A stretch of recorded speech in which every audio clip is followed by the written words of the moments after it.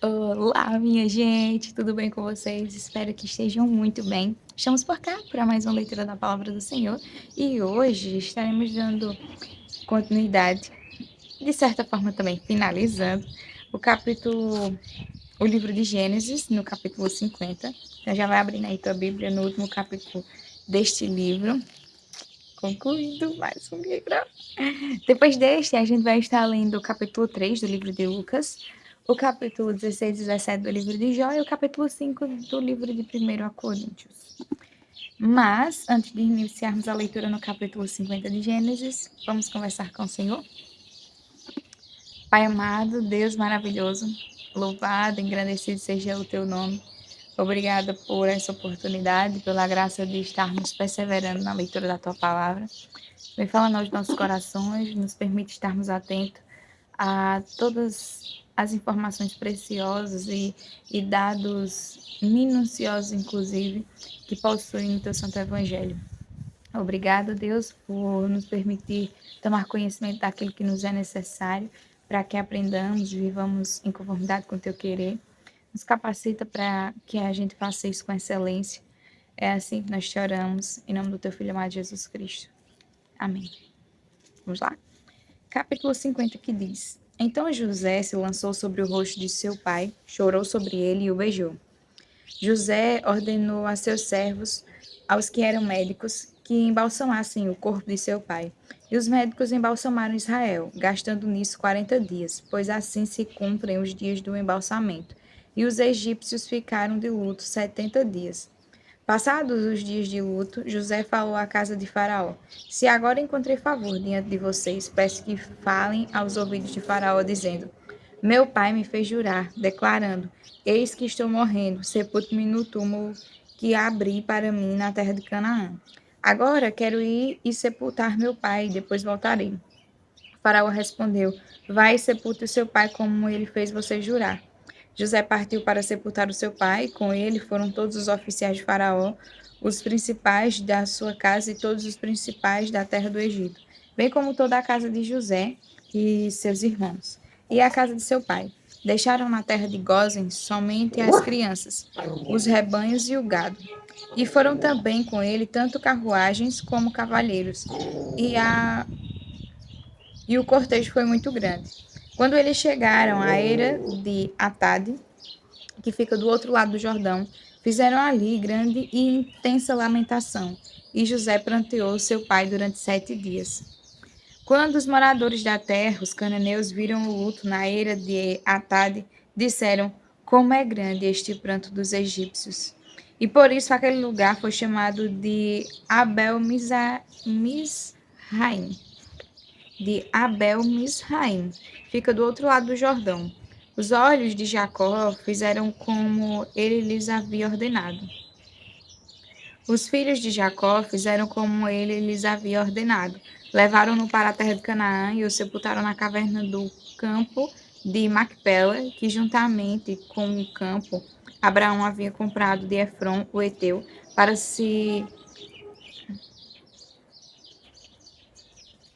ser lugar de sepultura. Esse lugar fica em frente a Manré. Depois disso, José voltou para o Egito, ele, os seus irmãos e todos os que o haviam acompanhado para sepultar o seu pai. Vendo os seus Vendo os irmãos de José que seu pai já era morto, disseram: É possível que José tenha ódio de nós. Certamente nos retribuirá todo o mal que lhes fizemos. Por isso, mandaram dizer a José: O seu pai, antes de morrer, ordenou o seguinte: Eis que vocês dirão a José: Perdoe, por favor, a transgressão dos seus irmãos e o pecado que cometeram, porque eles lhe fizeram mal. Agora pedimos que perdoe a transgressão dos servos de Deus de seu pai.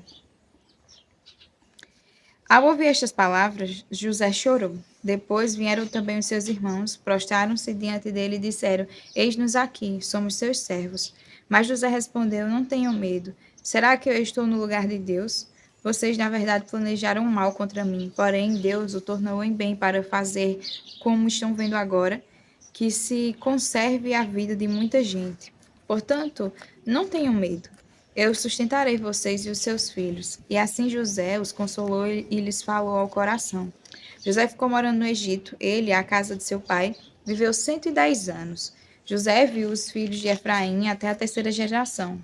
Também os filhos de Maquir, filho de Manassés, os quais José tomou sobre os seus joelhos. José disse a seus irmãos: Eu vou morrer em breve. Mas Deus certamente visitará vocês e fará com que saiam desta terra para ir à terra que jurou dar a Abraão, a Isaque e a Jacó. José pediu aos filhos de Israel que fizessem um juramento, dizendo: Deus certamente visitará vocês. Quando isso acontecer, levem os meus ossos daqui. José morreu com a idade de 110 anos. Eles embalsamaram seu corpo e o puseram num caixão no Egito.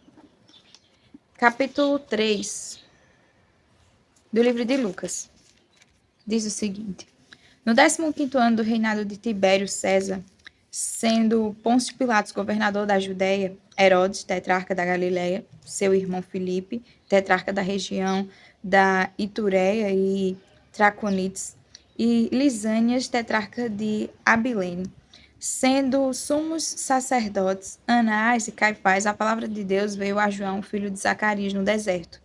Ele percorreu toda a região nas imediações do rio Jordão, pregando o batismo de arrependimento para a remissão de pecados, conforme está escrito no livro das palavras do profeta Isaías. Voz do que clama no deserto: preparem o caminho do Senhor, endireitem as suas veredas. Todos os vales serão aterrados, todos os montes e colinas serão nivelados. Os caminhos tortuosos serão retificados, as estradas irregulares serão aplanadas. Toda a humanidade verá a salvação que vem de Deus. João dizia às multidões que saíam para ser batizadas: Raça de víboras, quem deu a entender que vocês podem fugir da ira vindoura? Produzam frutos dignos de arrependimento. E não comecem a dizer uns aos outros: temos por pai Abraão, porque eu afirmo a vocês que Deus pode fazer com que destas pedras surjam filhos a Abraão. E também o machado já está posto à raiz das árvores. Portanto, toda árvore que não produz bom fruto é cortada e lançada ao fogo.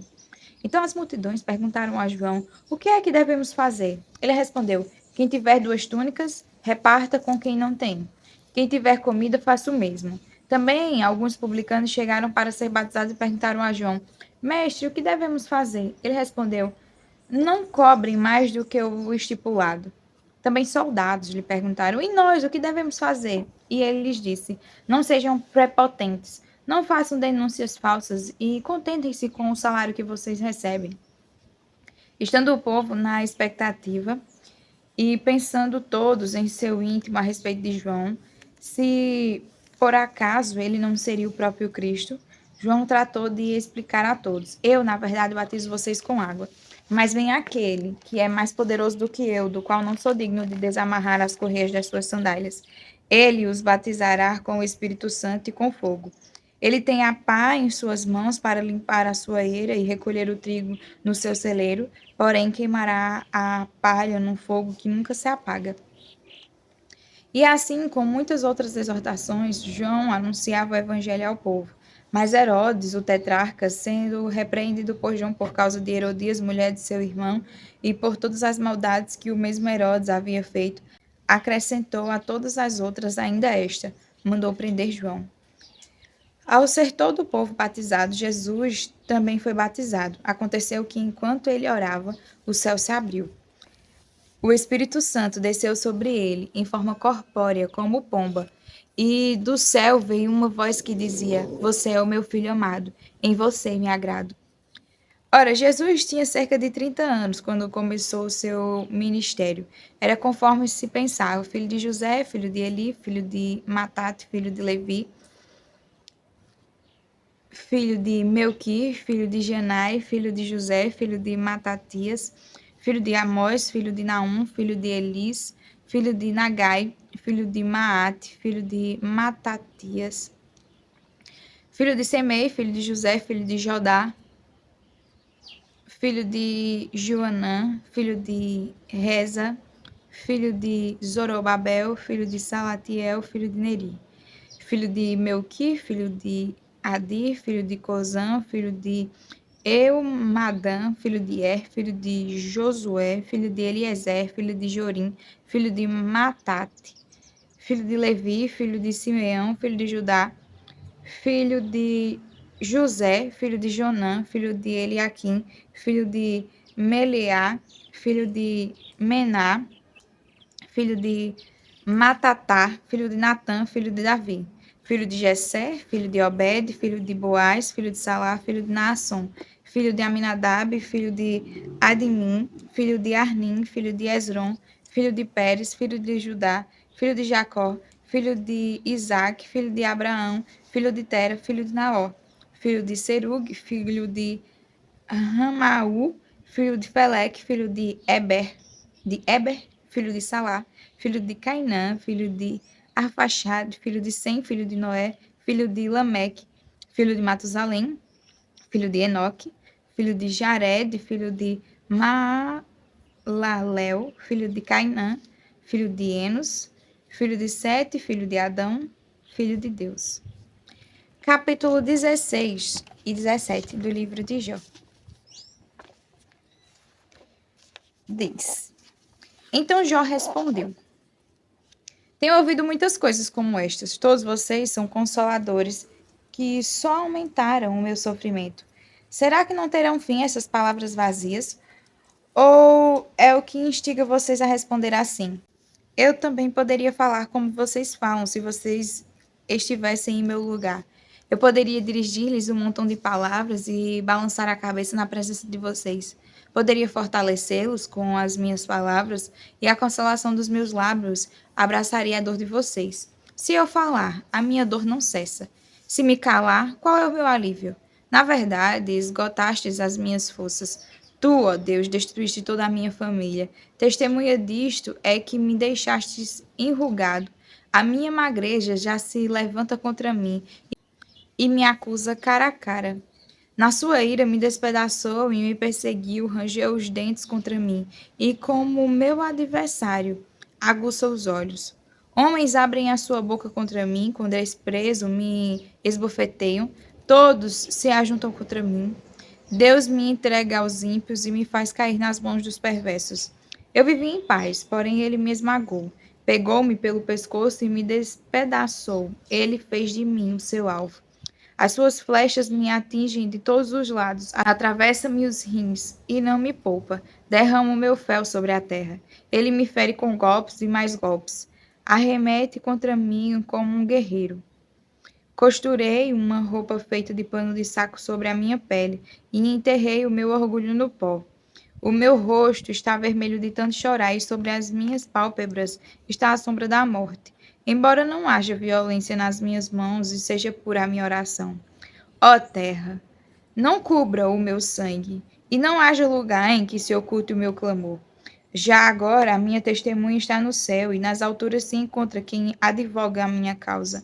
Os meus amigos zombam de mim, mas os meus olhos se desfazem em lágrimas diante de Deus, para que ele mantenha o direito do homem contra o próprio Deus e do filho do homem contra o seu próximo. Porque dentro de poucos anos eu seguirei o caminho de onde não voltarei. O meu espírito vai ser consumido, os meus dias vão se apagando e só tenho diante de mim a sepultura.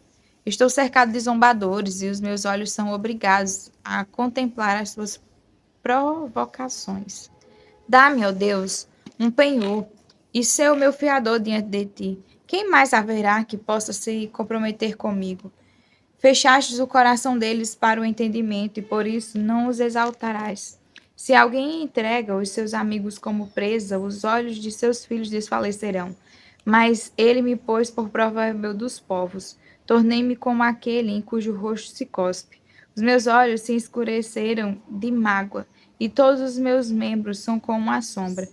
Os retos ficam admirados com isto, e os inocentes se levantam contra os ímpios. O justo segue o seu caminho, e o puro de mãos se torna cada vez mais forte. Mas voltem todos vocês e venham cá, porque não acharei nenhum sábio entre vocês. Os meus dias passaram e fracassaram os meus planos, os desejos do meu coração. Transformam a noite em dia e dizem: a luz está perto das trevas. Mas se eu aguardo a sepultura por minha causa, se for a minha cama nas trevas, se digo à cova, você é o meu pai, e aos vermes, vocês são a minha mãe e a minha irmã, onde está então a minha esperança? Sim, a minha esperança quem a poderá ver? Ela descerá até as portas do mundo dos mortos, quando juntos descansarmos no pó. Capítulo 4 do livro de 1 Coríntios. Assim, pois, importa que todos nos consideremos como ministros de Cristo e encarregados dos mistérios de Deus. Ora, além disso, o que se requer destes encarregados é que cada um deles seja encontrado fiel. Mas a mim pouco importa se julgado por vocês ou por um tribunal humano, nem eu julgo a mim mesmo, porque a consciência não me acusa de nada, mas nem por isso me dou por justificado, pois quem me julga é o Senhor. Portanto, não julguem nada antes do tempo, até que venha o Senhor, o qual não somente trará à plena luz as coisas ocultas das trevas, mas também manifestará os desígnios dos corações. E então cada um receberá o seu louvor da parte de Deus. Meus irmãos, apliquei estas coisas figuradamente a mim mesmo e a Apolo, por causa de vocês, para que por nosso exemplo vocês aprendam isto. Não ultrapassem o que está escrito, para que ninguém se encha de orgulho a favor de um em prejuízo de outro. Pois quem é que faz com que você sobressaia? E o que é que você tem que não tenha recebido? E se o recebeu, por que se gloria como se não o tivesse recebido? Vocês já estão fartos, já são ricos. Chegaram a reinar sem nós. Sim, quem dera que vocês fossem reis, para que também nós viéssemos a reinar com vocês. Portanto, me parece que Deus pôs a nós, os apóstolos, em último lugar, como se fôssemos condenados à morte, porque nos tornamos espetáculo para o mundo, tanto para os anjos como para os seres humanos. Nós somos loucos por causa de Cristo e vocês são sábios em Cristo. Nós somos fracos e vocês são fortes. Vocês são honrados e nós somos desprezados. Até a presente hora, sofremos fome, sede e nudez. Somos esbofeteados e não temos morada certa. E nos afadigamos trabalhando com as nossas próprias mãos. Quando somos insultados, bendizemos. Quando somos perseguidos, suportamos. Quando somos caluniados, procuramos conciliação. Até agora temos chegado a ser considerados lixo do mundo, escória de todos. Não escrevo estas coisas para que vocês fiquem envergonhados, pelo contrário, para admoestá-los como a meus filhos amados. Porque ainda que vocês tivessem milhares de instrutores em Cristo, não teriam muitos pais, pois eu gerei vocês em Cristo Jesus, pelo Evangelho. Portanto, eu peço a vocês que sejam meus imitadores. Por esta causa, eu enviei até vocês Timóteo, que é meu filho amado e fiel no Senhor, o qual fará com que vocês se lembrem dos meus caminhos em Cristo Jesus, como por toda parte ensino cada igreja. Alguns de vocês se encheram de orgulho como se eu não fosse mais visitá-los. Mas em breve, se o Senhor quiser, irei visitá-los e então conhecerei não a palavra, mas o poder desses orgulhosos. Porque o reino de Deus consiste não em palavra, mas em poder. O que vocês preferem? Que eu vá até aí com um chicote ou com amor e espírito de mansidão? Amém. Até amanhã para mais uma leitura da palavra do Senhor. Fiquem com Deus.